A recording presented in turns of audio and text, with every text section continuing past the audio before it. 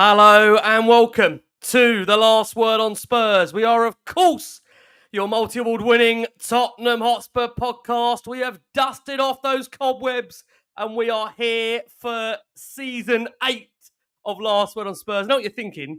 Jason McGovern's getting younger. I'm getting older. That's because he's got more time in Thailand than I have been. If it was the very, very first time, you can find us. We're on iTunes, we're on Spotify, we're across all major audio platforms. Of course, on X, we're on Instagram, we're on Facebook, and we are on Blue Sky too, as Tottenham Hotspur's new head coach, Thomas Frank, gets off to a win to begin his era at Tottenham, helping us dissect, break down Tottenham's opening win of their pre-season. I've got back alongside me, 8 years in. He's tried to leave me many, many times, but I keep bringing him back.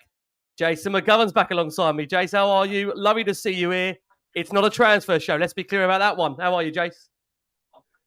Yeah, not too bad, mate. Had 3 good days watching the Open, and you're interrupting the last 10 minutes of today, so I'll let you off that one as there's only 10 minutes to go. But nice to see the boys back in action and looking forward to a new season. Absolutely, most certainly. I'd say nice it's back in action. And I think, in general, a really good, decent 45-minute display for the both sets of players to come on to. Back on the show also, Marlon over at the Spurs Kings is back alongside me. Miles, lovely to have you here. I took your advice. I took a break. I'm back. And here we are, ready to deep dive again. How are you, mate? I'm good. It was actually nice to watch Spurs today for once. I can't believe I'm saying that, but just to get back in the swing of things. But glad you're back. I have to say, I'm glad you're back. And all the Last Word on Spurs fans as well that have been waiting for you to come back as well and give you some love. But yeah, it's all good. I'm good. We're all back, and we're back. I can't wait till August now. I can't wait.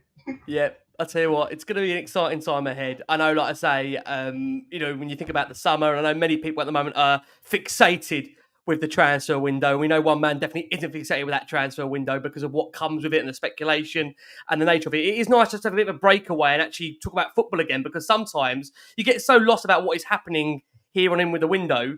It's quite nice that actually what we're all here for is to talk about football and talk about Tottenham and talk about players and new manager. And that rules me around to one man that we've been delighted to have as a regular guest on this show for over a couple of seasons now.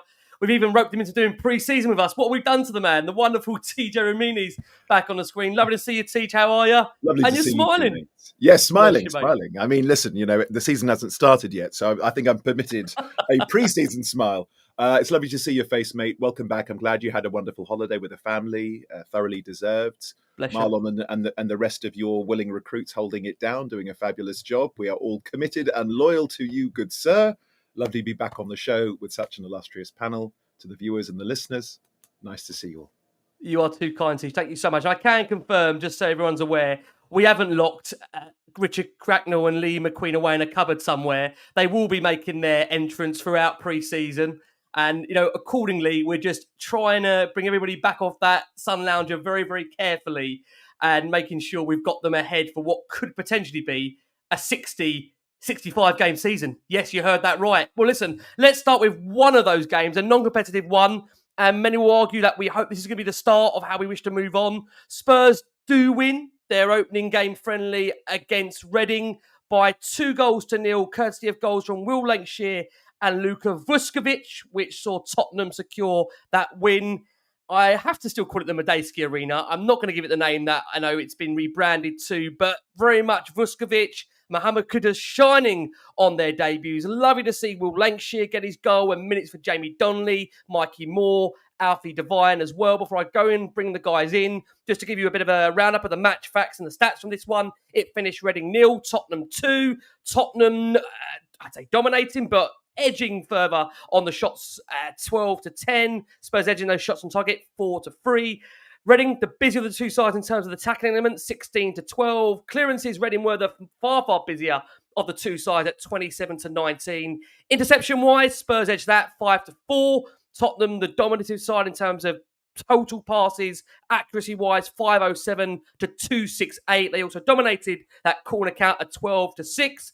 Possession-wise, Tottenham edged that as well, 65% to Reading's 35%. And many will be glad to notice that it's actually quite difficult in pre-season to get XG So that's one stat I know Jason doesn't really care that much about. So Jason will be glad to know there's no XG during these friendlies. But Jace, overall takeaways for you, 2-0 win, Thomas Frank's first game. Anything to really scream, shout about, but good to get a win? Good to get at the start. Vuskovic obviously catches the eye with an excellent performance. I thought Bentancur first half looked more like the Rodrigo Bentancur that we all like, taking it in tight areas on the half turn, popping it round the corner. I think tactically you can see that fullbacks are going to stay wide. They're looking to cross the ball early as such and in the air as much as anything else. So I think once Dom gets himself settled, I think, he'll get plenty more chances this year. But, it wasn't a brilliant display. Only 4 shots on target, I suppose, is the disappointment. But there's, it was miles in the legs today. That's all. A simple run out, get some miles in the legs, start to implement one of the 2 of the things they've worked on. They've been quite public in the fact that they're working on set pieces, and the fact we scored from a set piece today, I suppose, is a good thing. But it wasn't an outstanding display, but it was what you kind of expect from the first game of the season, and two split loads of 45 minutes. So the important thing is no injuries, and you just go into that next game. One or two of the old problems I still think are there that need to be worked on, but overall it was kind of what you expect from a 45-minute run out from 22 different players. Yeah, absolutely. I think, what we're looking for, I think, in terms of the preseason is to maybe get an idea of the way Thomas Frank want to set the side up, understand a pattern of play.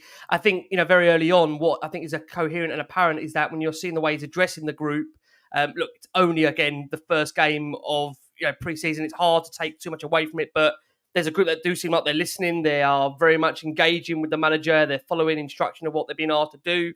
And ultimately, I think the most important thing is that you do get off to a good start, because we know the world we live in now with social media and how that does, I'd say, have an influence on the way, unfortunately, football does go and in general life goes in terms of football. It's a difficulty that you have to manage. I mean, I'll come over to you, Miles. A goal and assist within 7 minutes for Spurs debutant Luka Vuskovic. I know he'll take a lot of the headlines. Many will think, what a special player. He's obviously got a job to do to maybe get in front of the likes of Christian Romero, Mickey van der Ven, which we'll come on to in due course. Many would say also it was a decent debut. Many would go as far as saying it's a fantastic debut from Mohammed Kudus. The fact that, of course, he was pivotal in one of the goals. He also created the most chances of any player involved in this game between Spurs and Reading being free. A promising start, Miles. How would you have summed up that 90-plus minutes we saw in that friendly? Yeah, look, the first half was a bit like that. It was defensively, we looked set up properly now. But I think what I saw of the first half is probably my biggest worry that I had a couple seasons ago, but under Ange it was slightly different. We need a coherent front three. I think Solanke was really rusty today. Mikey Moore was a bit... Again, with Mikey Moore, he does one thing brilliant, which can completely turn the game, but then he's non-existent for like 43 minutes. But second half, Kudus coming in. I thought, yes, again, he looked lively, but I think what you could see from the team is a lot of them are still having to get Ange out of their system. And I think that was very, very key today in some of the stuff that we saw. But it's all looking positive. You can tell that there's instructions being fed to the team. It's going to take some time, I think, to get used to the way Frank plays and wants to play. But I think a big key thing that we haven't really mentioned was our set pieces, attacking them. We were actually very, very good, which let's see how when we come up against a better side, and no offence to Reading, but they are a League One side, to see how we're going to start attacking and defending corners over this next couple of weeks. So that's going to be the most intriguing thing. But yeah, look, I'm calm. I'm happy. Yes, what's his name? I'm not even going to pronounce his name, but new guy who scored. I'll get used to it. I've got, him. To be honest, for the way he was on the ball and everything like that, he could potentially be that number 6 that we have been looking for. Potentially, over the next season, especially if Romero and Van der Ven are going to stay, and then they're not playing as much, and you're looking at other Danso's obviously going to come in to get this guy in the team. Actually, we could see a Ledley King here where we go, let's play him in a defensive midfield role for the year to get used to the Premier League and what Eric Dyer did, and then potentially move him back later on, because that goal he took, I'm sorry, but that's not a defender. That's not a defender right there. Me and Jason, I think, were actually commenting, or he messaged me, and I went to Jason, that's Kane-esque, and Jason said, look what I just said 5 minutes ago in another group. We both said the same thing. It was a really Kane-esque finish, wasn't it, from Vuskovic? A really good finish. But that wasn't the big thing that stood out for me. It was the way he wanted to attack the ball on set pieces. Now he wanted to get there, and that's the reason why we ended up getting that second goal. Because Kudus obviously puts in a lovely ball in a lovely area, but he's like literally wants to get his head on it. Where Lancashire's like, "Oh, thanks, mate. You've done most of the hard work. I've just had to stand there." So, look, it's going to be interesting over the next few weeks to see what happens. But yeah, I know a lot of people are going to be like saying, "Oh, he's got to play more. He's got to play more." But he's done himself, the world of good to get in the team because he has stood out. But I think personally, I want to see him in central midfield as a DM with Bentancur, and then possibly who that attacking mid is. But I tell you who else that I really want to see over this pre-season I think could fit in is Alfie Devine. I don't know what it is about him, but there's something about him that I really like, and I really want to see more of him over this pre-season. And I thought actually every time he got in some good positions today, there was a couple of times that people just didn't find him, I thought, on the pitch in that first half. So it's going to be really, really interesting what Frank is thinking. But as you can see at the moment, with Richarlison not being around, you can kind of see that might be on his way out. But yeah, look, I can't wait for the next friendly because it's going to obviously show us more. But I'll let TJ come in now because I spoke for way too long. I think on that point, Miles, I think what's intriguing is that, it's the first game of pre-season, right? So, you're having to go off a snippet of what is to come. I think the great thing about it is when we do these shows in pre-season is you get game by game by game, you get a certain idea. And again, with the nature that Spurs change their manager every 2 years, the fact of the matter is that you gain an understanding very quickly of the way the team want to play, how they want to set up, and what we might be seeing, of course, that very big Super Cup game, which Frank has now mentioned more than once in a number of his interviews that he's done. He's mentioned that, of course, in his presser before the game and after the game. Tej bringing you in. It was a good run out for the boys. I think this is the key thing about it. These games are about getting minutes into the legs of the players. It's also working, as I touched upon, the tactical aspects of what Frank is looking to drill in these players. The way Kudus, I think, the close control that he showed, the movement off the ball, you can see there's a player there potentially, and you couldn't have asked for a better start for a debut for Vuskovic. And I think it'll be really intriguing to see how these players are going to develop in pre-season. Like Marlon said, can he be that number 6 that we've been crying out for? It'll be intriguing to see that. But I think really promising debuts from both Vuskovic, Kudus. What are your main takeaways for you, Miles, in terms of that 2-0 win up at the Medeski? Listen, everybody's aware that this was a pre-season game. But, as you just listed, Rick, pre-season games are absolutely fundamental. They're critical for what it is that they provide the players, the squad, the coaching staff, and of course, we do have a brand new manager. And so I understand people saying, oh, this is just Reading and all that kind of thing. And again, to Marlon's point, no disrespect to Reading, but they are, 2 leagues below where we are. However, no professional footballer laces on their boots and goes out to lose a game. So, I was pleased. The result is only so important. It's a real opportunity as well. I think, what Marlon was, mate, you said so many things there that I agreed with, same as did Jason, of course. But I think for players returning from loan as well, it's really important, to remind us who they are. Maybe you were watching them when they were playing at Leyton Orient. I wasn't.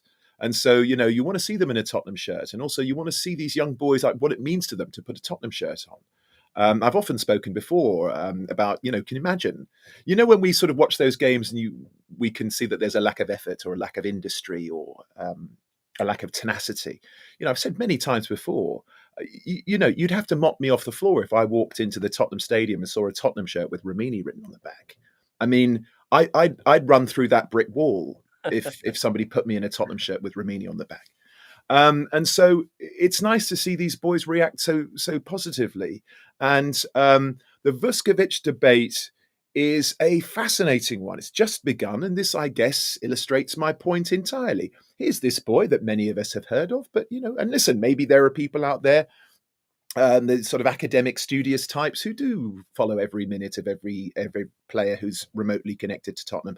I've never seen this boy in my life, and he pops up, and as you said, creates a really able and willing assist, beating his man on the front post. Again, anyone who's ever played this game will know defenders are told, never let an attacking player or an opposing player get in front of you on the front post. That's exactly what he's done. Flicked it onto Will Lankshear, who's standing there, and it hits him in the head and goes in. And then, of course, pops up 5 minutes later with a Kane-esque finish. Dare I say, Kane wasn't finishing like that when he was 18. Ooh, controversial. And then, of course, clears the ball off the line. So we have every right to be excited about this boy. I posted that on X, and somebody said, "Oh, you are, you do realise that this is pre-season against Reading?" And I said, "Yes, it's written on the screen." So thank you for reminding me. And so. Good stuff, guys. This is what it's for. It's a shop window to introduce these players to a manager and to introduce that manager to these players. I kind of like as well, the tracksuit wearing manager. Kind of down for that right now. You know what I mean? Kind of like that tracksuit guy. In the middle of the pitch.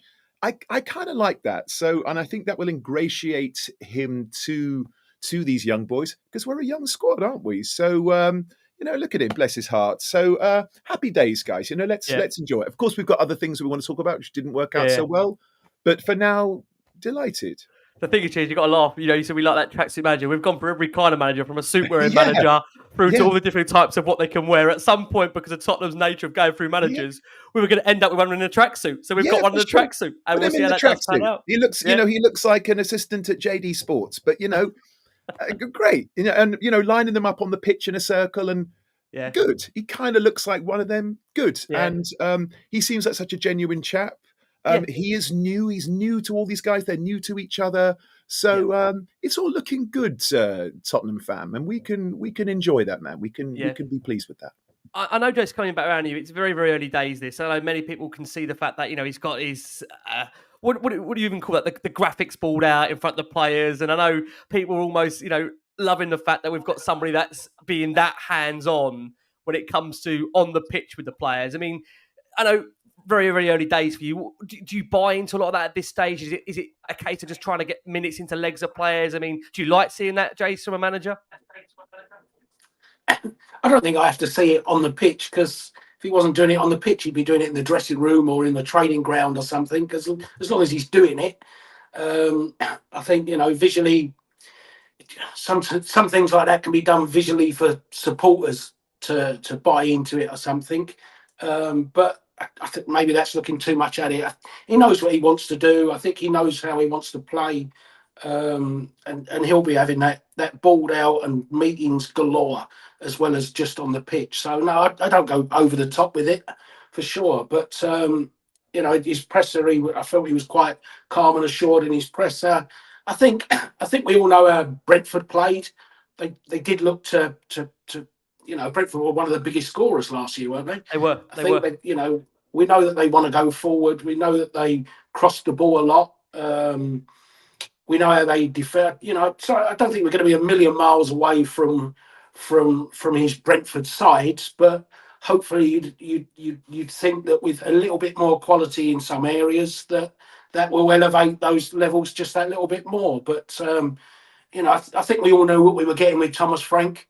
I don't think there's going to be suddenly this incredible surprise that he's going to come up with a system that nobody's ever thought about or anything out of the ordinary. Just let him get on with the job that he's done brilliantly at Brentford for, 5 or 6 years, and hope that carries through to us. Yeah, I mean, I think that's the one thing, Miles, when you've actually seen recently what he said in his opening presser and also after the game. He's speaking a lot about the fact that it's really important to get a clean sheet, to be really resilient defensively as much as he wants to bring an attacking brand of football. Is it hard at this stage, Miles, do you think, with the games we've got coming up and who we're playing right now, to really get a gauge? You just feel in terms of the pre-season, we play Reading, we've got Luton to come as well. You just feel that really when you look at the fixtures Tottenham have got, I know we've got Arsenal sandwiched in there on the 31st of course of July. I mean, I know, again, Arsenal, I think even if it's a pre-season friendly, you want to win that game. It'll be intriguing to see by then, after the Luton game, if we are still fielding two different sides over the course of 45 minutes, or if we are going to see more of a consistent 11 throughout that one game. I mean, is it just at the moment, Miles, like I said, about getting fitness into legs, but also at the same time, when it comes to Thomas Frank, trying quickly to, as you said earlier, put his emphasis on how he wants to play? Oh, no disrespect to Ange when I say this. Obviously, he's got his own manner and own style of play that he wants to drill into these players, and maybe with all due respect, try and drill out what maybe they've been told in the past. Yeah, no, look, even in games like this, you can still see certain parts of people's game, because even though the level of opposition is not at the level where you're used to, you still want to see the same shape. You still want to see the same kind of tactics that they're going to use, because they're going to come up against teams next year. Like, they could be coming up against a Southampton again. There's going to be games like this, or an Ipswich, where we completely got taken apart, but away we took them apart. So I look at it today, and I look at it. I think what he's starting on is the bit that we struggled with last year, and that's our defensive shape, defending when we haven't got the ball. And you could clearly see in the first half there's some instructions that the players are taking on board.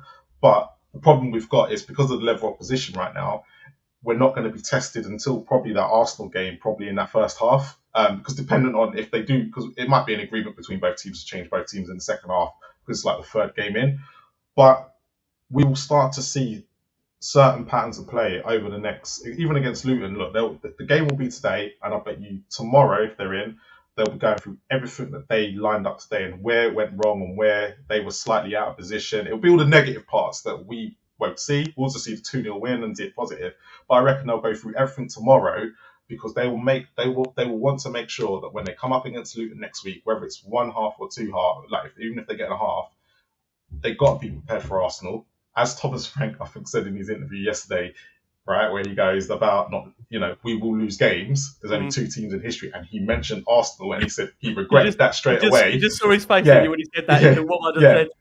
Yeah, and he said, well, yeah, and he regretted that straight away. He knows full well when he gets to that Arsenal game on the 31st, it's a different kettle of fish, unfortunately, for friendly. It is. Always will be. But let's see what happens. And I think there'll be a lot of. They'll be on the training ground this week, really working hard on it. And I think, I know I gave the front three a bit of a scathing thing in the first, like to say, but that's where I think the emphasis is going to be on, because I think what they're going to clearly see is we can score goals.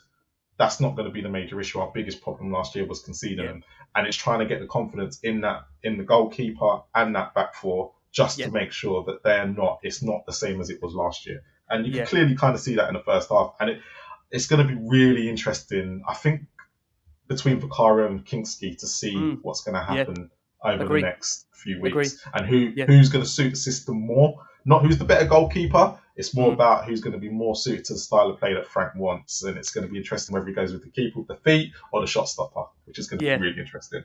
I do agree. I think that's going to be a fascinating debate. And me and Jade actually spoke about that earlier, exchanging messages about who Frank will maybe fancy. I think it's one to definitely keep an eye on. Tej, before we just do go on to the game, just want to close off on, like I say, some of those positives and negatives from that game as a whole. I think, look, some of the wins important. We saw Vušković being a standout player. Kudus very promising. There was domination from Spurs in terms of that possession that we touched upon, 65%. Spence with a pretty decent display. I think you touched upon it, and so did Jace actually in his intro, that Solanke not seeing a huge much of the ball, the same as Johnson as well, barely involved. I think Sonny at the moment lacking real sharpness, and Devine heavily involved, real hopeful there. But there was a fail to capitalise on multiple chances. I mean, is it a case, I can see Jason smiling away there and maybe wants to come in. Do you want to come in there, Jason, before I go to Tej? I was going to say, was it Spence or was it your doggy? Oh my God. For those that haven't seen that earlier on social media, I tell you what, go and have a look on social media. I don't think we need to fill in the blanks for you, but a bit of an awkward situation, even where you see Spencer's now himself had a bit of a laugh and joke about it and put his own image on Destiny or Doggy or the other way around, so forgive me. But Tej, just on that point, positives, negatives, early days, right? Early days. Yes, early days, but, defensive solidity. I mean, these are huge things, and it's an entirely new system. And yet the back five, let's include the goalkeeper. I do have to say, especially in especially in the first half. But that's because we weren't under much pressure. You know, we were playing a League One team. They just seem to kind of understand that system and feel very comfortable in it. You know, Porro looked very comfortable and Udogie looked very comfortable. Obviously, you know, Romero and Danzo. I really like Danzo. I really like him. I think he's going to continue to progress for us. A little side note about my appreciation of Kevin Danzo. Agreed.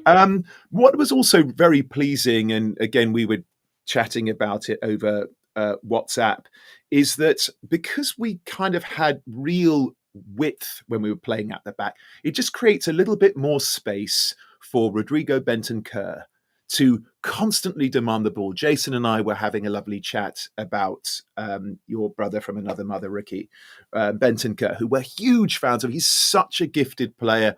He's one of those players, I've talked about him on the show before, that when he is at his scintillating best, he is really such a superb player. And again,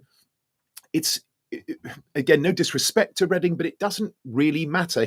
When you can see that he's got those lovely soft feet. I used to refer to Luka Modric as having these wonderfully soft feet that he can just caress the ball and turn either left or right.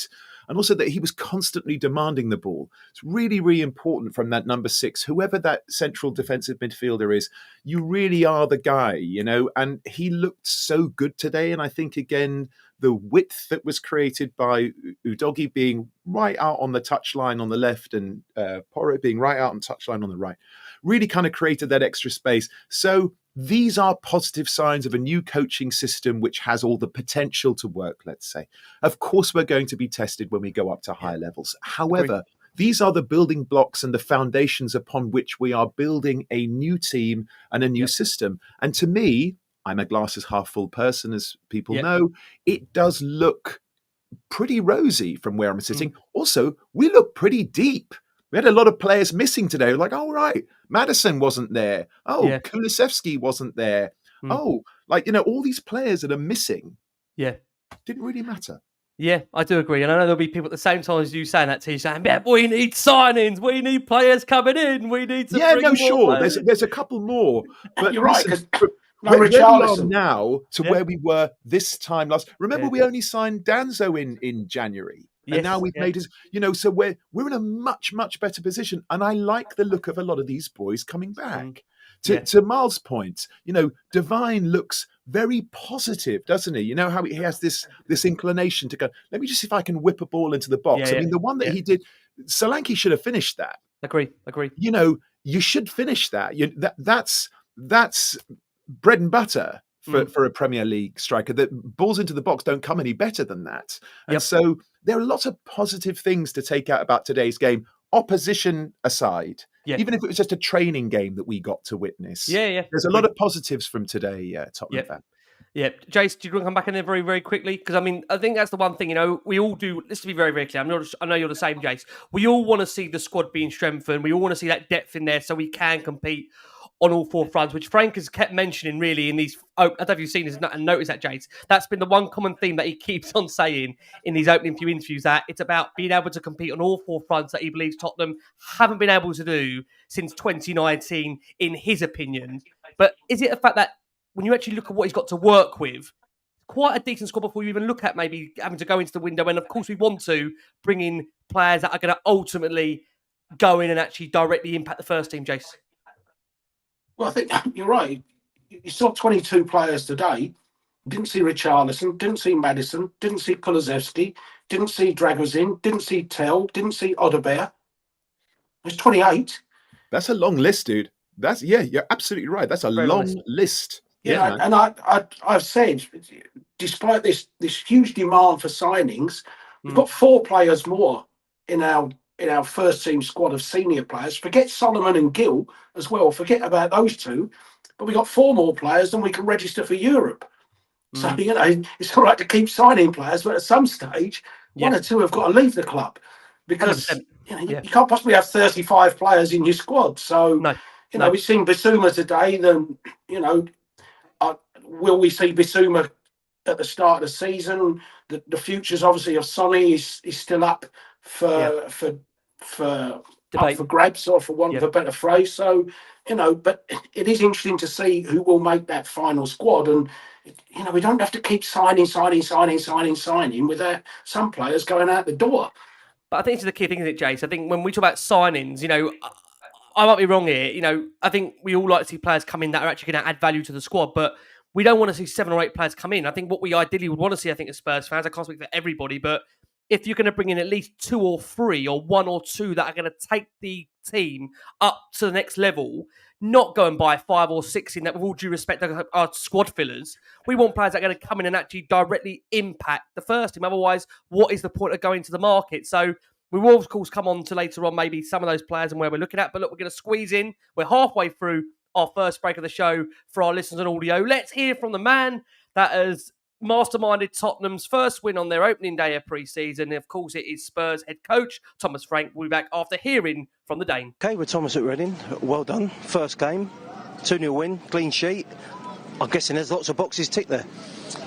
Yeah, lots of boxes ticked. If we look at a little bit bigger perspective, it's been a good week. So a very, very tough and intense week for the lads. So a couple of things we got through the whole week.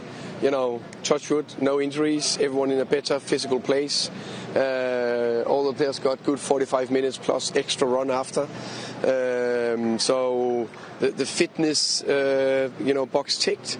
I think it's important, always good with a clean sheet. I think something is very important for win football matches. So there's a lot of good aspects in that. I think it's good we scored 2 on set pieces, something we're already starting working hard on. So that's also good. There was element in the game I'm happy with, elements of the high pressure, element of the counter press rest defending, so when we lost it we could bang teams in, element of having enough players in the box. There was also a lot of bits I like to do better, of course, but that's normal. You mentioned about the determination to clean sheet. Oh, look, we saw the blocking drill during the week, and obviously at the end there, Vic's made a couple of great saves, but they're throwing away, they're throwing themselves in the way of shots. And people could say it's a pre-season friendly, but I guess you do this right now, right? Yeah, that's why you saw the blocking drill early in the week. Everything is linked. We want to attack, we want to be brave, but unfortunately we are facing sometimes an opponent that also wants to attack. And when they're attacking, we need to make sure we defend well and also put body on the lines when we have to.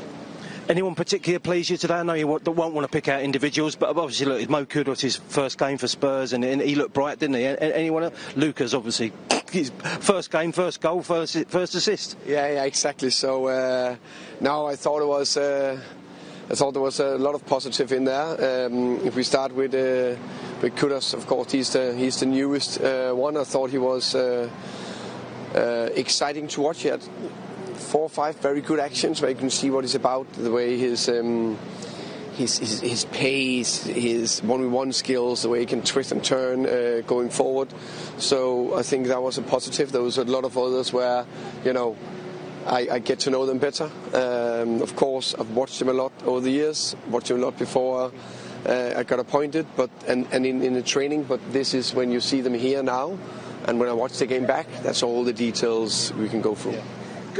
I'm going to go back to Luka because this is the first time this is his first appearance for Spurs. Yeah. He's obviously, we've signed him for a while, but now he's out there and fans are going to walk away from here going, oh wow! Yeah. And what a strike, by the way, for a defender. What have you made of him in your first couple of weeks? No, I agree. I think Luka deserves the praise as well. Also assist, as you say. Great header. Showed his physicality, his composure on the ball as well. He's not getting stressed when opponents are getting close. And what a strike! That was a striker. So there you go. That was Thomas Frank on the back of Spurs recording their first opening win of pre-season. He masterminded us to that. He spoke a lot there in relation to being happy about the clean sheet, being happy about already seeing an emphasis on Spurs scoring from set pieces. God, I mean, the conversation we had last season about set pieces. Now we've got someone that isn't entirely focused on set pieces. Everybody's going to go bananas, aren't they? This is the nature of football and how things do change. So we've got over nearly 4,500 of you that are watching the show live. Thank you so much, as always, for your incredible support for Last Word on Spurs. Can you believe, Jace, we're at season 8? If I said to you 8 years ago we'd still be going, would you have killed me off by now? It feels like season 14. Or is that just doing it with In me the best rather than possible way. I actually should have said Archie Gray was another one missing today. Yeah. Well said, Seven. yeah. 7 missing. 7 missing. No, it is fascinating. And you touched upon there, I mean, the fact that we've been going 8 years, I want to say again, massive thanks to the viewers and listeners that make this show possible. I mean, I'd say that all the time, but, I think when I said this jokingly, me and Jace started this many, many years ago, we had Jace doing it, I think, from, I don't know where he was, Jay. I think he was in Thai at times, 3, 4 in the morning. We'd get up, we'd do a show and go to bed. I'm not going to lie to you. Those days, I mean, we were floating. We were in the Champions League. We were having wins after win. It wasn't as tough as what it has been the last few years. But I have to hope we're going to get back to hopefully a really positive season on last one of Spurs. I said this to Miles and to Tej that I feel bringing these gentlemen in the last couple of years. It's been, the show's very, very serious. And I think, again, the podcast is meant to be fun. We do want to have fun on here. And I want it to be a season of fun. So I do hope that, fingers crossed, Tej, it's a 60-65 game season where there's going to be a lot of fun on here. There's a lot of parades, which means we've got to ship TJ Ramini over here, get him to the front row again and make sure we keep him there. But we might need Pat to help us make sure that is possible. I'm joined by, of course, co-host Jason McGovern, Marlon from the Spurs Kings. Please go check them out. The wonderful TJ Ramini will be taking you through, of course, all of pre-season. Please keep liking. Please keep subscribing to the show. I have to just say a couple of housekeeping things. Number one, we've opened up our community hub on YouTube. It does that mean for you guys out there, you are able to interact with all of the viewers and listeners that check the show out on a very frequent basis. You can ask us questions as well that we can hopefully get to the bottom of answering. We've also opened up the membership section if you want to help support the show in any way. We appreciate that as well from our perspective. A couple of very quick housekeeping tips that you'll know here. Jason knows this very, very well. There's the baby of NordVPN Saily, which is really good for those that are looking at potential Champions League away days next season. It means when you go away from home, it allows you to basically act as an eSIM, watch everything you're going to watch in the UK and overseas, but also very critically as well, not be charged the, quite frankly, you might be argue, scandalous rates what it would be on your general mobile phone bill if you do have Saily. So make sure you check them out. They can be found in the App Store or by scanning the QR code live on the screen. We give you a 15% discount off that. And also, once again, we are delighted to have been nominated for the Football Content Awards of 2025. I'm being told this is in Ellen Road, Leeds. I'm not sure how much we are keen on that journey to Leeds. I don't know if we'll get out of Leeds, will we? I mean, Miles, Jace will probably be alongside me. We'll see. I'm not sure Tej would fly over from California, from Hollywood for Leeds. I mean, Jace, will you be coming to Leeds? Would you want to go to Leeds?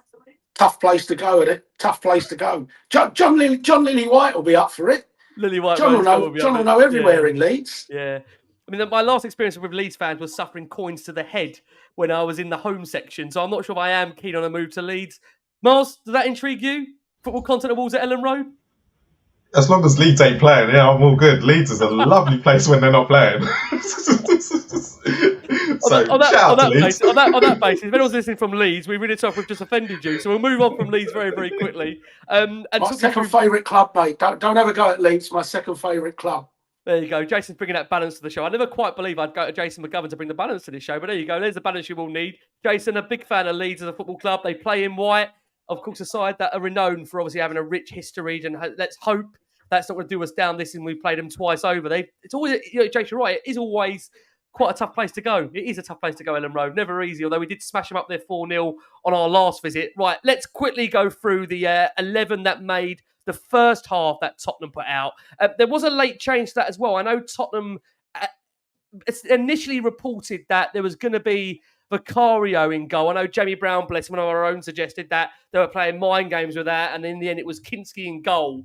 But that 11 Spurs lined up with originally was having Kinski in goal, back four of Dan Romero as the centre-back partners, Porro Doggy out wide. We had Bentancur, Pat Matassar, Alfie Devine in that midfield three. And forward-wise, it was Brennan Johnson, Dominic Solanke, Mikey Moore.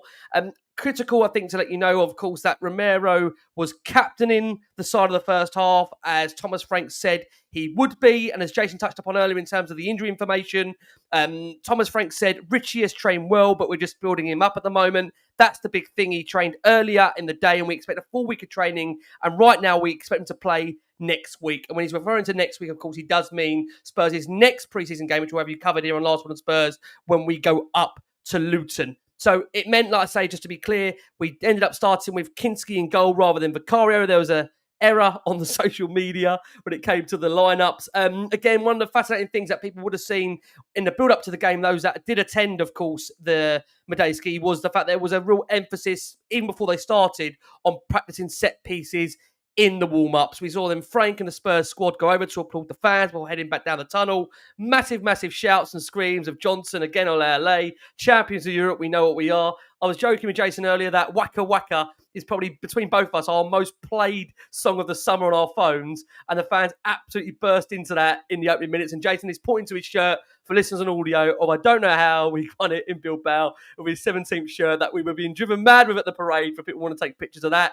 But I think overall start to the game, TJ, I'll come to you. I mean, it was a little bit of an affair where it didn't really get going in the opening stages. I mean, look, these games we always talk about in pre-season, it's about players finding their feet, finding their legs. We're not expecting exhilarating starts. I know in Frank's period at Brentford last season, they scored first in the opening minute 3 times.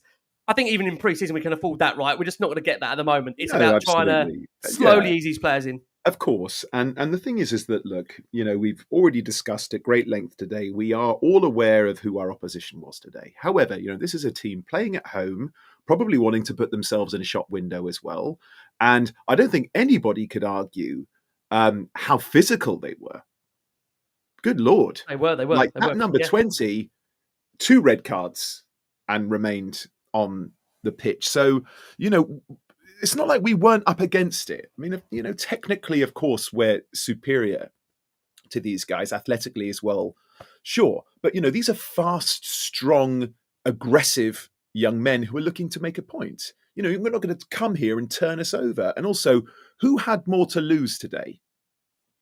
No contest, right? So, yeah, of course. Brother, you don't want to go lose. And also, Thomas Frank's first game, don't concede. And so, let's not kid ourselves. It's not like there was no pressure on Thomas Frank and his staff and these players today. There was, guys. There was. Were we a better team than them? Yes, but still, you have to put the ball in the back of the net in order to register, a point on the board. And so, it was not necessarily a tentative start, but it was a speculative start, I would say. We're making our passes and all this kind of thing. And also, we should have scored a couple. Like Dom, like I said, he should have put that into the back of the net. He actually had a couple of chances he should have scored today. He did look a bit, Miles said rusty. And to me, mate, he looked a bit spongy. You know what I mean? Like he just, when they look a bit sort of soft, like Sonny looked spongy today, almost sort of cake-like, just didn't look quick or sharp. But that will come. And so, we didn't concede. Thomas Frank is massive on clean sheets, right? Massive. And forgive me, I can't remember who it was who was posting in the comments. It's going to be really important moving forward this season. We have talked for season after season about the idea, about creating a fortress at home, right, at the Tottenham Stadium, or whatever it's going to be called, whether it's the Google Stadium or the the Amtrak, whatever it's going to be, right? The G-Tech, talking of difficult places to go, other than us, ironically, last season, how many clean sheets did they have? Again, somebody who's great with stats will, I'm sure, be able to bring that up. Like that was a really difficult place, not only to go and win, but just to score. So I'm absolutely fine with everything that I saw today, even the quote unquote spongy performances of the aforementioned gentlemen. Yeah. Can I ask you, Jason? I mean, we touched on it earlier very, very quickly that there'll be an interesting maybe battle or I'd say playoff in terms of who is going to end up being Thomas Frank's number one in terms of that goalkeeping role. Look, I don't think we're going to know that or find that out really in the next week or two. I think by the end of pre-season, it'll be interesting to see how that does play out. But I think it's fascinating that whether it was a joke or mistake or whatever, that, and again, it might have been just an error, right? I might be looking too much into this. The fact that Vicario's name was on the team sheet, it was then meant it was Kinski going to start. But actually, Kinski in the opening couple of minutes or so looked fairly comfortable with the ball at his feet. And he had that kind of moment where, for some reason, he almost hesitated as if to whether kick the ball out midway through the half. He didn't really have much to do at that point. And it was almost, to some degree, that moment where it was either to come or punch or maybe retreat. How do you see that playing out at the moment? Do you think Frank will have a preference already as to who that number one goalkeeper will be in your mind? I don't know. I don't know if he's got a preference. I mean, I don't remember. I'd have to look carefully at Brentford. I don't remember they were big on playing the ball out with the goalkeeper last year. Not really. Not I think they're quite happy to go long when they need to go long. Although Kingsky, one of Kingsky's strengths is not just the ball at his feet; it is his pinging passes long term. But you know, Vicario made 2 huge saves in the game, didn't he? And the only real bit of goalkeeping that Kinsky had to do, saw him come out, punch Dancer on the back of the head, and the ball loop across the face of goal. So, you know, first and foremost, I want my goalkeeper who's the most likely to keep the ball out the back of the net. And for me, Vicario's reflexes remind me of prime Hugo's reflexes. He's incredibly quick across his line and incredibly agile. And I think last year, if we look back at Kinsky last year, he did impress with his ability on his feet, but he also let in a couple of, you know, there was a goal at Villa, wasn't there? There was a soft goal away at Arsenal. There was a soft goal at one of the 4 at Liverpool in that semi-final. So, you know, for me, Vicario starts us, and he's just won the Europa League.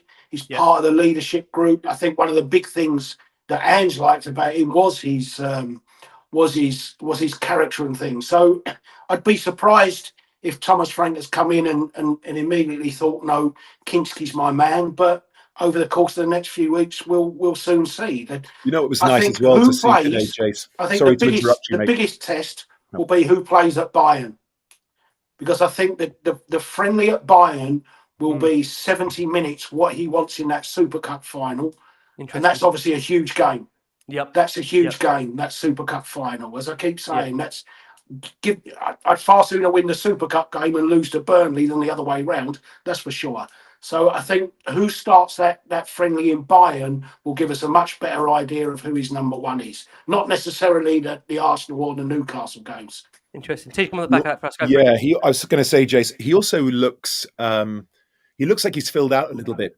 I mean, he's still got a ways to go, I think, but also JKVT just mentioned in the comments as well. He looks a bit tougher. I can't remember who it was, was pushing him on the goal line as ever since that Everton game, when Sean Dyche was still at Everton, whenever that was. And they're like, this guy's soft from corners. And then everyone, read the playbook and was like, we can hammer this goalkeeper off set pieces. Some guy pushed him. I think it was a central defender. And Vicario just tossed him into the net. And I like that.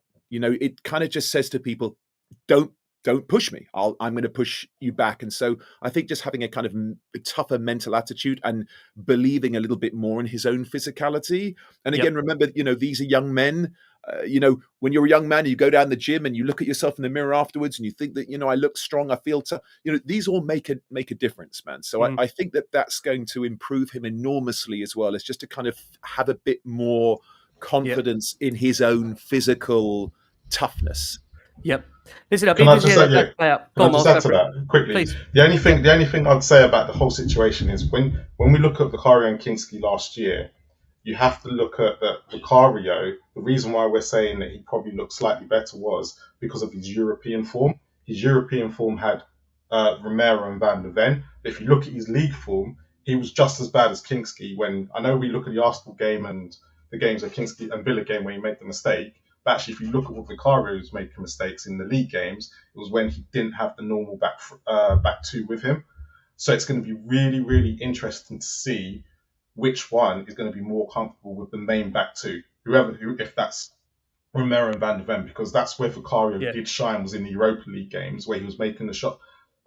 He was shot stopping and having the better game. But when it came to the league games, when he had to play with Danso and whoever, when it was mixed, Vicario wasn't that great. He was making mistakes left, right, and centre, a bit like what Kinsky was doing when Kinsky had the makeshift back four. And that's the bit where I want to see Kinsky at the moment. I want to see him with a proper back four in front of him to see if his shot stopping is as bad as we think it is.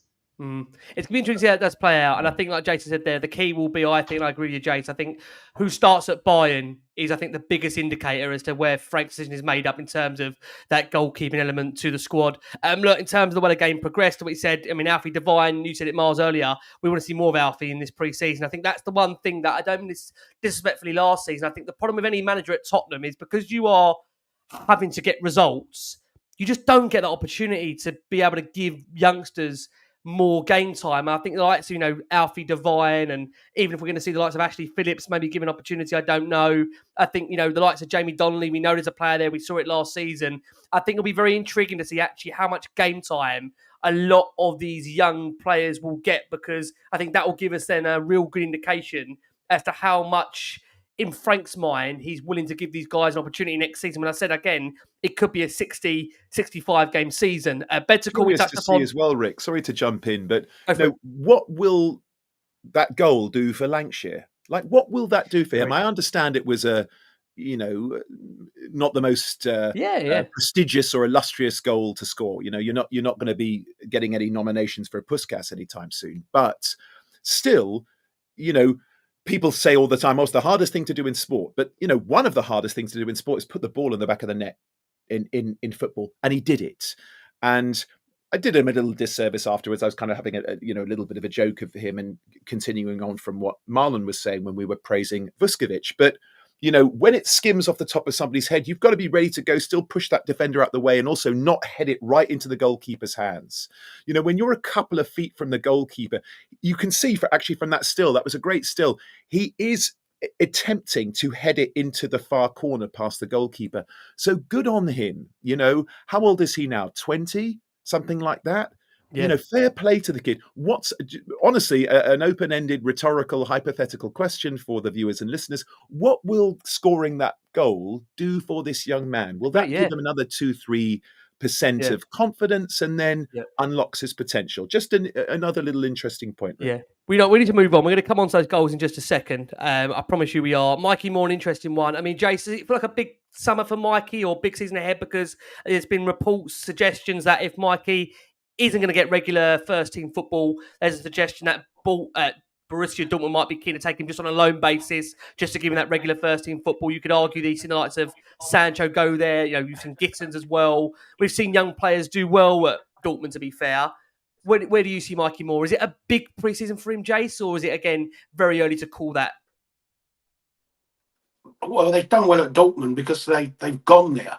They haven't been loaned there. Dortmund make you part of the squad, and if you're genuinely part of the squad, they'll do a lot for you. I think it is a big season for Mikey. There's no doubt in the talent that's in him, but and we can only go on what we saw last year. My one worry last year was he had very little impact on any of his Premier League appearances. The couple of games that we remember him in, he had that terrific game where he tore AZ apart in the group stage, didn't he? And then he came on and scored, or maybe he started the game and finished with the goal against Elfsborg when Scarlett and Ajayi scored. But apart from that, there was the very, very, very odd flash. But there wasn't anything substantial in what we saw from Mikey last year. I think he can still improve physically. His pace and acceleration perhaps needs to improve. I'd like to see him have a really good loan, probably at championship level, rather than going abroad. But, he needs to get out and play, and he needs to seize his opportunity and perhaps build some genuine confidence. I mean, the first half today, he had that terrific little run right towards the end of the half. But for 40 minutes, I didn't see him. So that's the challenge for him to have the type of loan that Jamie Donnelly had last year. But you got to be careful, is that it doesn't go the Dane Scarlett loan way, where he just becomes an insignificant player, even at Championship or League One level. So it is a big year for him. I think it's really important we get him the right move, and that we see that development go on. Like I say, I'm not criticising Mikey Moore at all. No. The talent is ridiculous in him. But if you compare him I suppose it's difficult at the moment because he will get compared to the impact that, say, that Lewis Skelly and Nwaneri have had, and they look way in front of Mikey Moore in their development. I know they're a year older, but Nwaneri looks physically developed better than Mikey Moore does. So it's unfair to compare just him to those two, but I think it is a big year for Mikey for sure.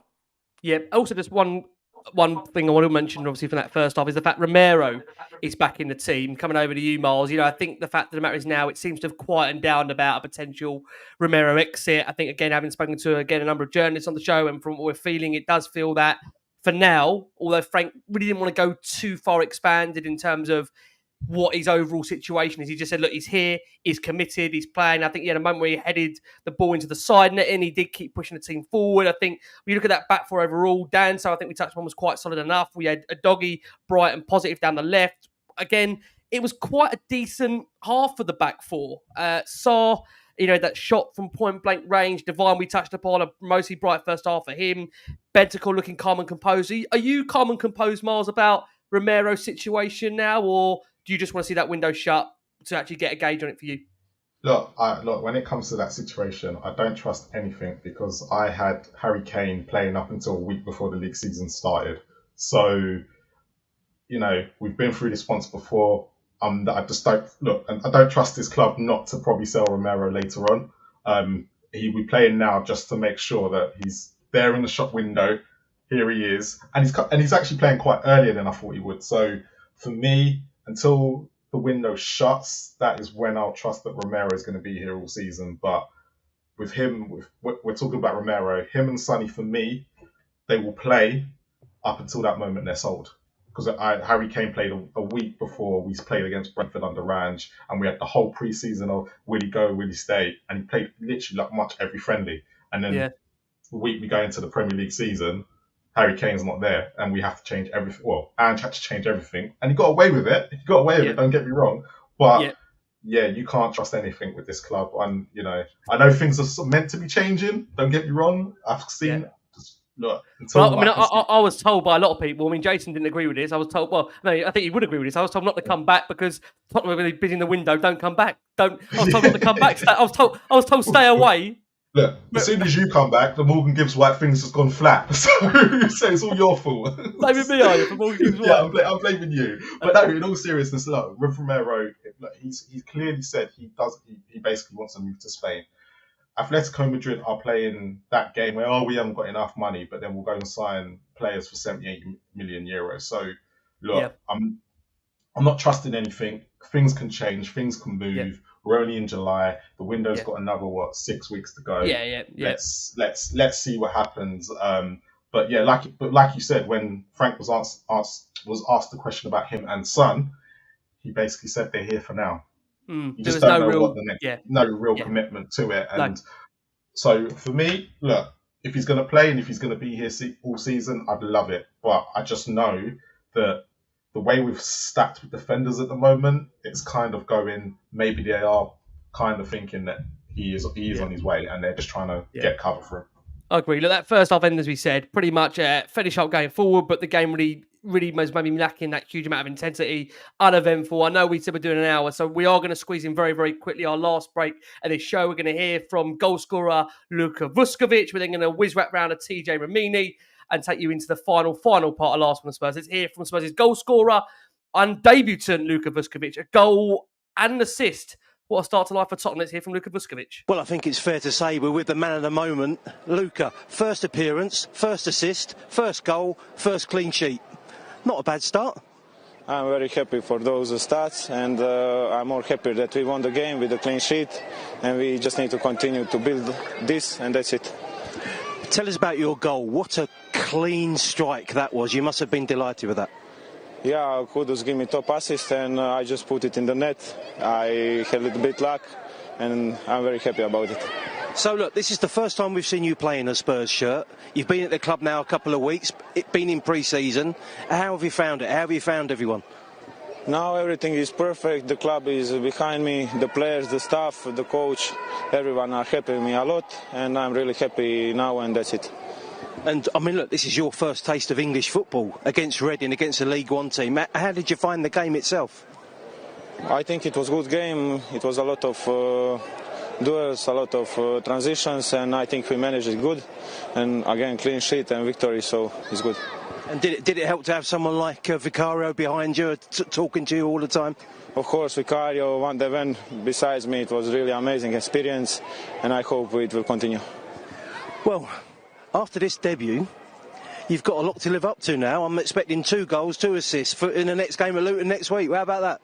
I don't know, we'll see what will happen next, but I'm really happy with this win, goal, assist, everything, and I'm really happy. Brilliant. Well, keep going, mate. Well done. Thank you very much. You can just tell that lad sounds so delighted and so happy, doesn't he? You know, I think it's another thing as well with pre-season. I spoke with Jason about this earlier. Yes, you know, with all due respect when I say this, and don't take this literally, people out there, I know you probably will. When we say the result is meaningless, we all, of course, want to win the games, but also it is about, at this stage, just giving players a feel of what it's like to wear the Tottenham shirt. I mean, if I remember all those years ago, Jason, how many times you'd say in the 8 years I've known you, or 10 years plus, the weight of the Spurs shirt on some players, some can't handle that weight of a shirt, you know, and for Vušković to come in, you know, on a debut, score a goal, get an assist, have that reaction already, that kid will probably feel like he's all geared up already for the start of the season, Jason. Do you think it can have that much of an impact before I come over to teach you that as well, Jason? Can it have that much impact of a player? Yeah, I think it's great to get off to a start like that. I think one of the things that it's important to do, even though it's Reading and things, it's to win the confidence of your fellow players on your side. You know, when you got a player that you think he doesn't look great in training or something like that, you can think when you have that chance to pass, you think, no, I'm not giving it to him, I'll go the other way. The impressive thing with his goal was, I mean, it wasn't a centre-half finish, was it? Centre-halves are usually leaning back and putting that in row Z, but it was the fact that he saw the space to go into. He actually, you see him there, look at him pointing, that's where I want it.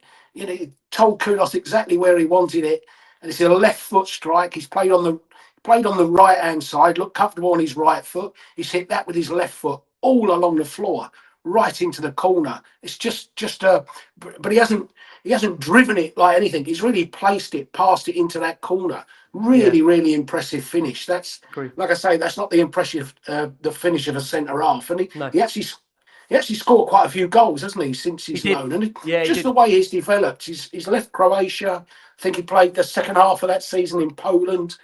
Then he's gone to Belgium, had a year in Belgium. Has obviously built a connection with Alfie Devine through being in loan on the same place. I did hear him. I think somebody did a podcast where they interviewed him and Alfie Devine where they were on loan, which was Jim, 6 or 7 months ago. But that's worth digging out there. Yeah, Jim from was it Jim when the Spurs did that? Yeah. It was a really good interview. And I think for him to come in and just immediately look that way gives you confidence of his fellow professionals around him. And you could see how they reacted to him. So, yeah, it's a great start for him. Bigger tests ahead. But I get the impression that from his development over the 2 years, I think a bit like Bergvall, they won't be looking to loan him out, certainly in the first half of the season. And I like what Ash said about possibly playing him as a number 6. I think he'll get chances to impress in pre-season, and I think he'll get in chances to impress in that first few months of the Premier League, European League, domestic cup season. And then it's up to him to show that he's capable. But he looks so, even that interview, so composed, perfect English. So, you know, his ability to settle in and take on instruction is already there, isn't it? Yeah, I do agree. I think, you know, already, you know, when you get a kid like that full of confidence from day one, get a goal, get an assist, have a decent, 45 minutes like that, the kid must be flying. He's on cloud 9. He's just come back to the club. He's in pre-season with a new manager. He's trying to get to a new style. I think it's so important for a player. Seems where I bring you in. Just a reminder out there, because we did change over teams in the second half. We had a new 11 for Tottenham with Vicario, Spence, Vuskovic, Van de Ven, Davis, Basuma, Bergvall, Donnelly, Kudus, Lankshear and Sonny as captain. Again, guys, thank you so much for your support. We have got over nearly 6,500 of you watching the show live. We urge you to keep liking, keep subscribing, share this out to a wide range Spurs audience. Yes, we're back. Season 8, first game of pre-season. You wouldn't think we'd let you go, would you? So just come over to you. Let's talk about actually the first goal, Will Lankshear, because we touched upon that a little bit earlier, but the nature of the goal and where it came about was a lovely, lovely move from Tottenham. Again, it does involve Vuskovic, like you said earlier. He wins that really important header. And Spurs from there, Lankshear does, as you said earlier, delicately place that header into the back of the net to give Spurs the lead. And, it was at the time probably worthy of Spurs having that lead. And I think, again, in combination with both goals, Vuskovic and, of course, Lankshear, great for their confidence, Tej, right from day one. Absolutely, yeah. And, Rick, who you were saying before Jason came in and made his comments that perhaps people are saying, the result is insignificant. Well, not to those boys. Massively, massively important. I say this a lot, but I think it's really important. Remember, these are young men, 18 years old, 20 years old, all the rest of it. I couldn't find my own arse with both hands until I was about 27. And so fair play to these kids. Jason was also talking about Mikey Moore and was saying how there are certain players that are, develop faster. Vušković is, good Lord, if he's got to develop more physically, he'll be the next Aquaman or something, won't he? But I just think as well, I know we were going to talk about Lankshear, and I'll get to him in a second. Vušković, that composure that Jason talked about at 18, that's real belief and confidence in your ability on both feet. Jason again was saying about that's not a centre-back's finish. Brother, there are centre-forwards that don't finish like that. If you look, not to be, too kind of that guy, but if you look at his body shape when he there was a lovely still that you showed. Yeah. His technique that's perfect. It's a striker's finish, isn't it? It's perfect. Finish. Chest is down over the ball. He's looking at the corner. Arms are in the right position. Again, I remember, I think it was James Maddison talking about set pieces and how your arms as a footballer are your levers. That what creates the force and the power. And again, he kind of stroked it into the corner, but there was no stopping it. It's not like it hit the ground 4 or 5 times before dribbling into the back of the net. That's a really gifted technical footballer right there at 18 years old. And then to the Lankshear goal, who will also beat his man at the front post and flick it to the back post. So these are fundamentally important for these young men. And again, we have a recent, really wonderful history with a lot of Croatian players. Dare I say, one of the greatest Croatian players of all time put himself on the map at Tottenham Hotspur. There's no way these guys aren't sending him messages. There's no way. And so what does that do? It'll be like like Robert De Niro sending me a cheeky text. Oh, I saw you on the thing. Well done, mate. What that would do for somebody. Marlon's into the full swivel there. But, we all know how important that is, especially for these name dropper. No, I'm not saying it happened, but it would be the equivalent, right? Check his phone now. And so these are wonderfully pivotal, important moments in the development of these young players. And like I said, for Will Lankshear, he looks like he could do the business, doesn't he? And my goodness, he certainly cares. Even when he was playing for us last season, he ran around like he was a man possessed. So actually putting the ball into the back of the net, I think that will do his confidence no end of good. The key thing, Tej, will be is just how much game time these are really going to get in terms of pre-season. I think that will give, as Jason said earlier, the idea of really how much they're going to feature. If these guys are still in the team, and dare I say, Will Lankshear is doing half hour or 45 minutes against Bayern, then you got a feeling that, he will be around. But if you're not even making the squad, or dare I say the bench, then you're going to get more indication as to where we are on that. Great. Obviously, Spurs cut the goals up to the good. And, of course, I have to touch upon the fact, in that interview there with Vuskovic, it says everything at the club is perfect. The club's behind me, the players, the staff, the coach. Everyone is really helping me. I'm really happy. And I think we can see that in display of the fact of how he's, really setting in well. I have to ask you, Miles, about Mohammed Kudus. Of course, for him, it was a debut, and he did have an exciting debut. He left a lot of players in his wake, frequently with a lovely run and touches galore past a number of players. It was his corner that led to, of course, Lankshear's opener. He then played in Vuskovic to score the second, so he had a hand in both of the goals. He went on that lovely, mazy run halfway down the touchline before Donnelly on the edge of the box couldn't convert the chance at the time. But I know, again, we have to be careful here because it's only early days against lower league opposition, but this winger looks like he's got a real bundles of quality that he could really shine in this team. Am I going overboard already, Miles, on game day 1 of pre-season here for Mohammed Kudus? I only wanted Spurs.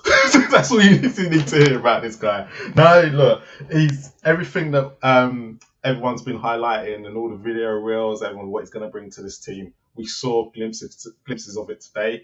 And what I personally think is actually he's going to be so suited to the system, and I think as long as we can get that first season of West Ham out of him that they got, then we're going to see something a bit more special with this guy. And the fact he settled into the team straight away, he showed good promise. Like I said, set pieces earlier, great corner that came in. And then you obviously have that he likes to dribble. He really likes the ball at his feet and likes to dribble. It's something that we kind of have missed over the last couple of years of men, people taking on their man.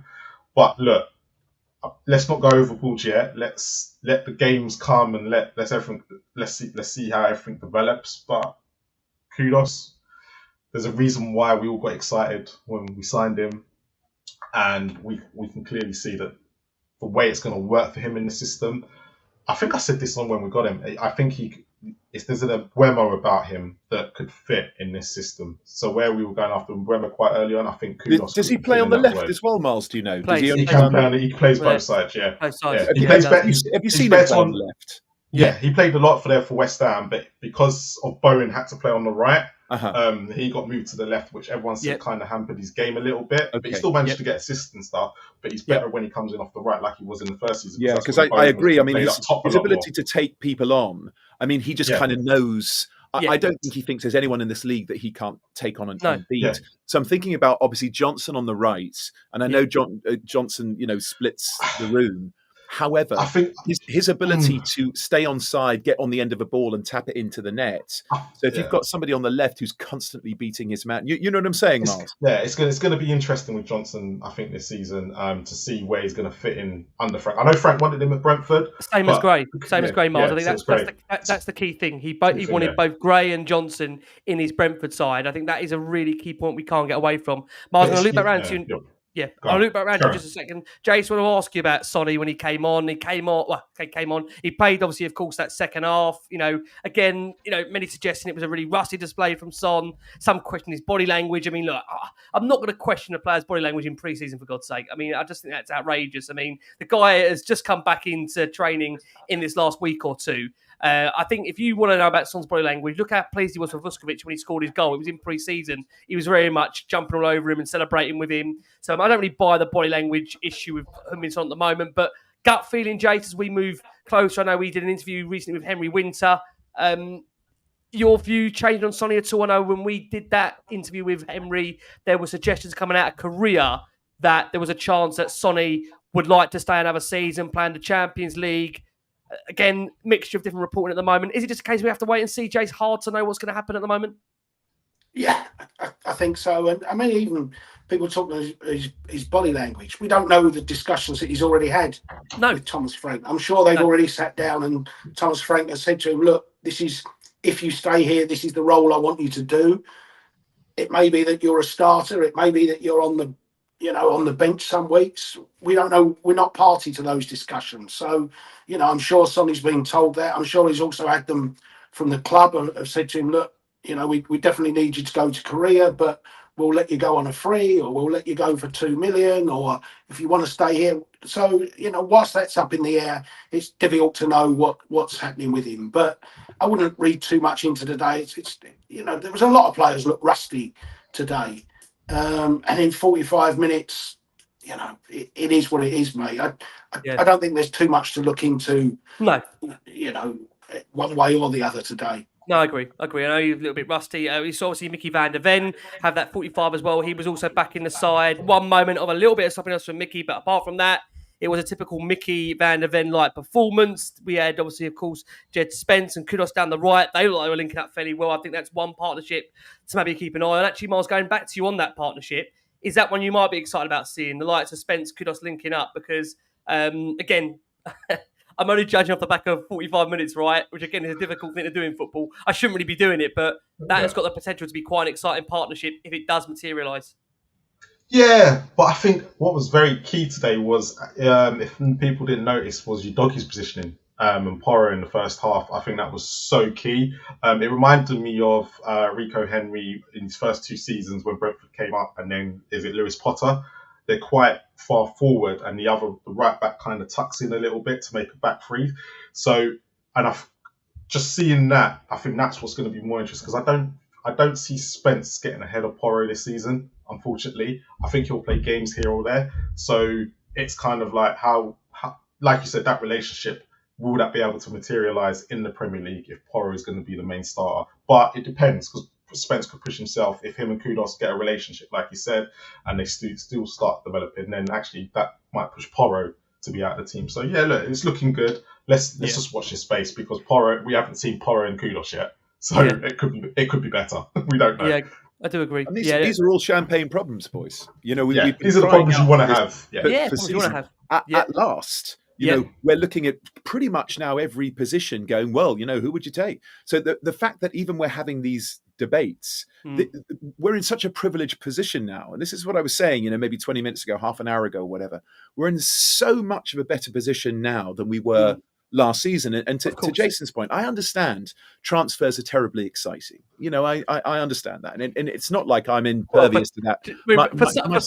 For some, not everyone, because if you get Jason's face, he's got no interest. Exciting is a nebulous word. It can be exciting in a positive way and exciting in a negative way. But, you know, we do have lots of great players vying for position. These are all great things to have. I love this. I wonder who's going to connect best with Kudus. Is it going to be, you know, Udogie, or is it going to be Porro? Is it going to be Spence? These are great issues to have, and that's why, again, despite whoever we were playing today, these games are terribly, terribly important for the players to get to know each other. And like Jason said, to build confidence in each other, for the manager and the coaching staff to go, I haven't seen that before. Because what you see in a competitive game against 11 guys who really want to beat you is a different level of competition that you're not seeing on the training field when you're playing with your friends, that you're going to be hugging and cuddling when you're having your legs massaged back in the physio room. It's a completely, completely different thing. So Tottenham fans, I understand that you're a learned bunch. I understand all that it's a pre-season game against a League One side, but let's not underplay how important it is to those boys, to each other, and to the coaching staff. I said it earlier, Vuskovic will be on cloud 9. You know, it's a friendly, but he's got a goal, got an assist. Getting cheeky texts from Luka Modric. Yeah, we have to hope so. That would be lovely, wouldn't it? Yeah, bring him back for another year, Modric. Would you not? Listen, we're going to look to conclude. Just for his hair. We're going to look to conclude the show. We are lovely bit of moment. This is a flashback of pre-season, Jason. I don't know if you actually heard about this on Spurs play. It was all kicking off in the away end, or should I say, with certain parts of the stadium. There's a slight crowd disturbance going on the top of one of the stands where a Spurs fan and Reading fan end up having to have a bit of a tate-a-tate. The steward had to intervene. It looked like that was being thrown. So it just shows you, Jason, even at a friendly, it can all kick off up at the Madejski. Is that something you'd be? Would you be surprised by that? I must have missed that bit completely. That's obviously when Rory McIlroy was on the 14th green or something, and my attention was on the TV, not on Spurs play, mate. But I mean, if you're getting wound up at a friendly, then you know, give your head a wobble. Yeah, it's good. It's a long summer ahead, a long time left in the window. Look, we touched upon, of course, Sonny. Basuma, very, very quickly. I mean, we mentioned him briefly, Miles. I'm coming over to you. Bit of a classic Basuma performance, wasn't it, really? You know, some good moments, some poor moments, soppy moments. Where are we with in your mind? Because I don't know if you agree, Miles, it feels that we had certain indications that Bentancur was in talks to sign a new contract. That's gone very, very quiet at the moment. So nobody really knows what's going on with Bentancur. We've got Basuma, who, again, I think also similar to Bentancur, Basuma, is in the last 18 months of the contract of what he's got at Tottenham. I'll be stunned. I don't know if you will be, Miles. Will you not be stunned if one of them two are not sold by now to the end of the summer? Miles, will you not be surprised? Yeah, no, I won't be surprised. I believe one or two might go. I'd be very surprised if it was Bentancur, if I'm being completely honest, out of the two. Because I think the way our midfield is shaping up, I think he's probably got the most experience in that midfield, especially with Champions League football coming up. But I think Basuma will go. There's been more rumours for Basuma, who's got offers, than I think Bentancur's wanted by Atletico. Was it Atletico Madrid? It was Atletico, So you're right. yeah. It was. So they're not going to buy Romero and Bentancur from us in one window. That's going to be a hefty chunk of change to try and prize both of them away. So yeah, for me, Bissouma is probably the one. He's more inconsistent than Bentancur. We just need to get better. From what I saw of Bentancur today, just to quickly add on to it, if Bentancur plays like that for the whole season, then that's the Bentancur I want back, the one that was under Conte before he got injured. Where with Bissouma, like you said, there was the days, there was good parts, there was bad parts. That's Bissouma in a Spurs shirt all over. So if Fenerbahce want to come in, I believe it's them that have been rumoured the most. Then thanks for everything, Bissouma, but I think it's time to go. Just a quick mention also for Lucas Bergvall. Great to see Lucas Bergvall back in the side because, again, the last time we saw Lucas, unfortunately, was obviously out injured. Again, I think he was growing in that game to some degree. There were some sloppy moments, but again, you have to afford the guy sometime to come back. He literally, as I say, only just recovered from injury. Do you expect, Jason, really exciting second season from Lucas Bergvall, given what we saw last season, how his season did come to an end? I'm talking before the injury, not when the injury occurred. Such an exciting player in there. Surely all the better for a second season. And maybe, again, that Scandinavian connection with Frank. Does that excite you? Yeah, without a doubt. He won the player of the season, didn't he, last year? Yeah, so scooped everything. Scooped all the awards. He was terrific last year. I think the one thing that I'd look for him to improve a lot is his composure without the ball, that he gives a hell of a lot of free kicks away. We saw him today make 3 or 4 fouls. We saw him dive into tackles and that last year. That's part of inexperience. It's part of gaining more maturity, becoming a more composed player. But that's certainly an area that I want to see him work on this year, that he just improves the timing of his tackle and knows when to stay on his feet, knows when to put his body in the right place rather than pulling shirts and things like that. Because, part of the things about defending set pieces better is conceding fewer set pieces. And we've seen it before. I mean, Wilson Palacios was famous for giving stupid free kicks away on the edge of the box. Michael Brown, Jesus Christ, did he infuriate me with the times that Michael Brown used to do it. And I think he would always foul when you just didn't need to foul, but he would still foul. Exactly. And the stupid things of, when a player's facing his own goal or facing the touchline, you push him in the back or knock him over just because you're too impetuous to get to the ball. You've got to learn to think, no, that's not a ball I need to win. Just put myself between him and my goal and I'll defend that way. So that's the big thing I'm looking for Lucas Bergvall's development. But and I still, is he a 6 or is he a box to box? Is he somebody that can dictate play? He's quite comfortable taking the ball from the back 4 in deep areas. Can he do both roles? I think he can do. But that's the one area I want to see him. But his quality and that on the ball, his vision and things like that is exceptional for a player of his age. Yeah, I do agree. Really exciting times for him ahead. Jed Spence as well, obviously, in that last 45 minutes. I think for him, as we touched upon earlier, be intriguing to see how much that partnership may grow between him and Kudus. That's one to keep an eye on. Ben Davies, of course, played as well. A little bit of a shaky start for Ben, but I think he grew into the game as it went on. I mean, I still can't believe we're 8 years in here. We're still talking about Ben Davies, bless his heart. He'll go on the coaching staff at some point. We do wish Ben all the very, very best. And what does it maybe look for his future? Again, there were links to Wrexham in the earlier part of the window. I mean, I know John Lillywhite-Rose was saying this actually on X. When you look at all the centre-backs Tottenham have got at the moment, and then they were linked with Ilya Zabani. I know, Jason, forgive me because you're not on X, so you're not seeing this. They were linked with Ilya Zabani of around 70 million euros. When we've got about 12 centre-halves, we've just seen Luka Vuskovic give us that display, and you're thinking, where are all these centre-backs going to play if we were going to go sign another one? I mean, I do understand. I don't know if you guys agree. I do think if we do let Romero go, there might be an argument that you do need to bring in a high-profile centre-back to play alongside Mickey van der Ven. But I think at the moment, to be recruiting another centre-back when we've got 10 of them, or 8 of them, or 9 of them, something that doesn't make any sense. We've got other areas that we need to sort. Very quick on other areas we need to sort. I need to ask you guys just one question. Jason's going to ask you quickly, yes or no. Gut feeling, I know you're sick of the transfer window, but Morgan Gibbs-White, gut feeling for you, does that happen, yes or no? Are we any closer in your mind to getting that deal done? What do you think? Gut feeling is it does happen, yeah. But, okay, we'll see.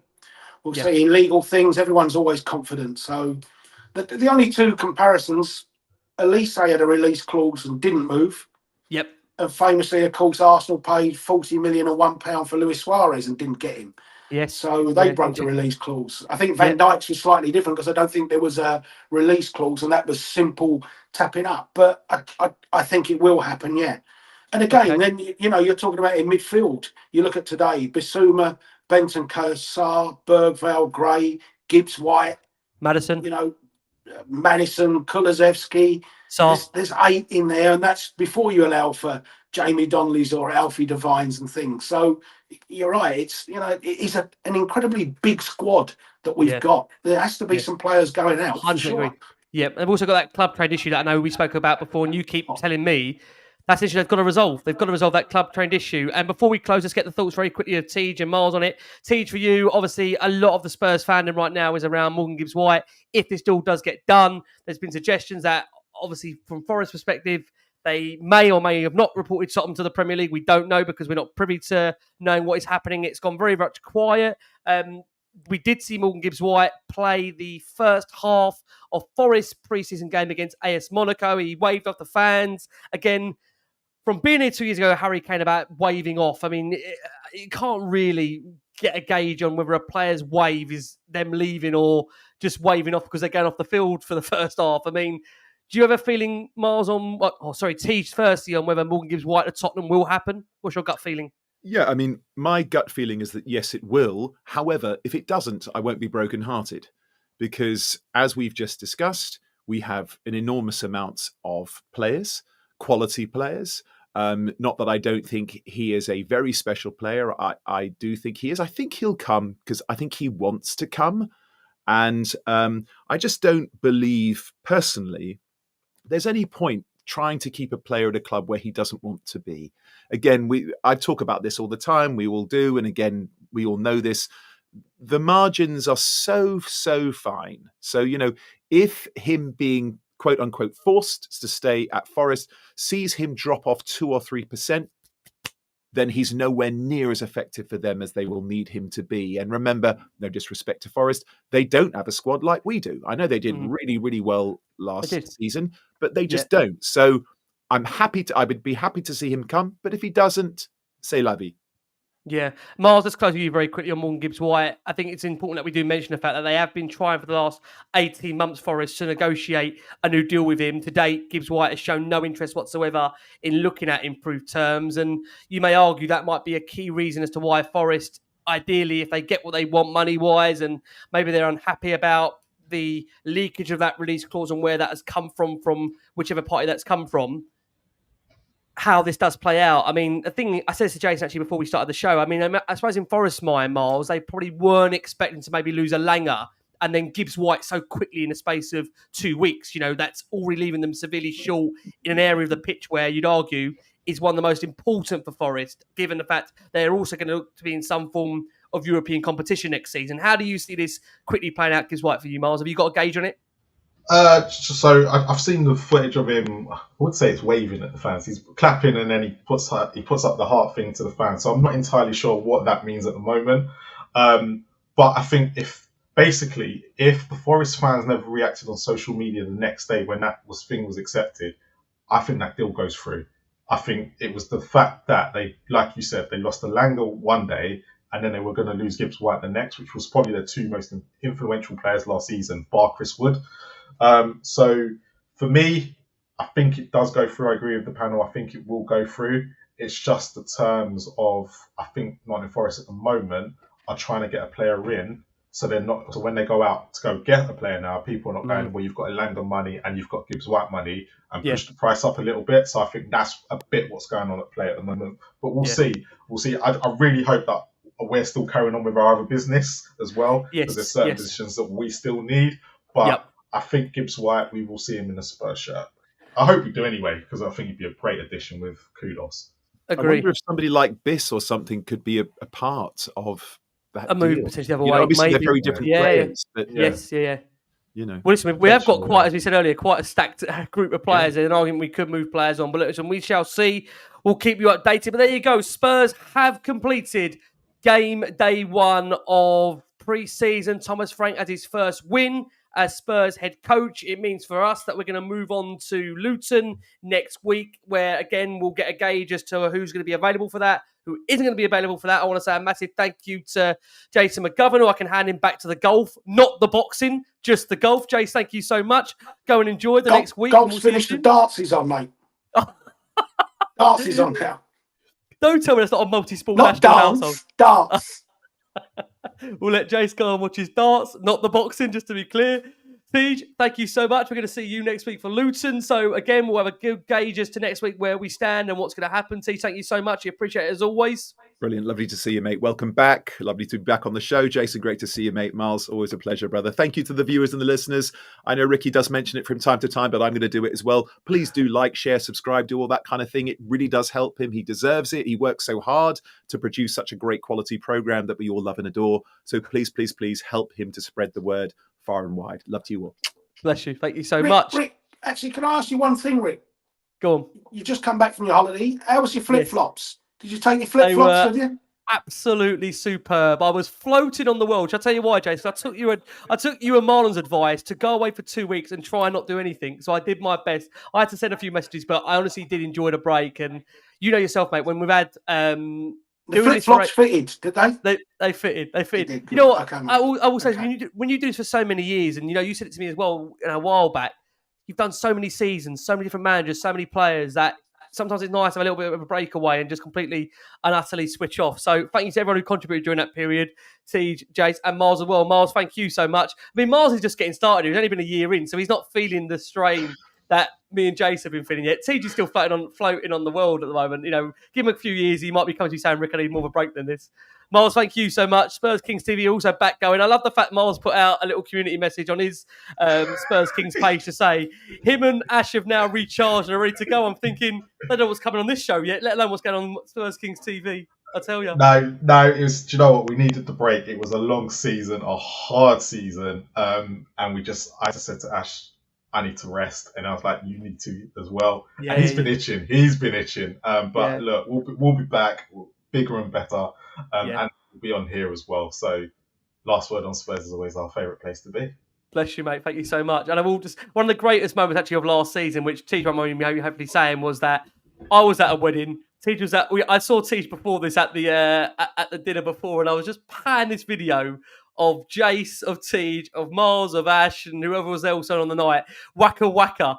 I think Jason had 4 days on the Waka Waka. He was almost whacked off. He couldn't do any more Waka Waka. He was so gone.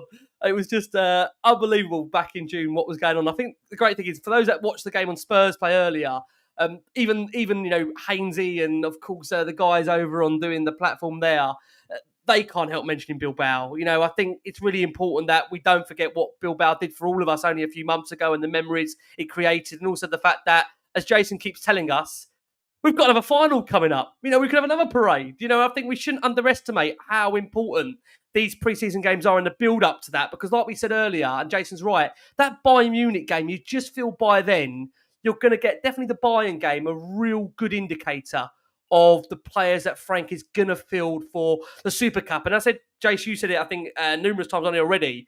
We're playing a PSG side, don't get me wrong, they're a great side, but they're not going to be anywhere near the level of fitness, are they? Because they've had to go through the whole Club World Cup, which they lost to Chelsea on. And the fact that, again, could that give us confidence? But the fact we've seen Chelsea beat them, again, I think, on our day, Spurs have got a decent squad, so we'll see. But listen, thank you so much, everybody out there. Over the 6,500 watching us live. To Jace, thank you so much, Jace. We'll see you soon. Miles as well, we'll see you soon. Tej, bless you. Thank you so much. Guys, have been the last one on Spurs. Keep safe, keep well, keep liking, keep subscribing. And as always, come on, you Spurs.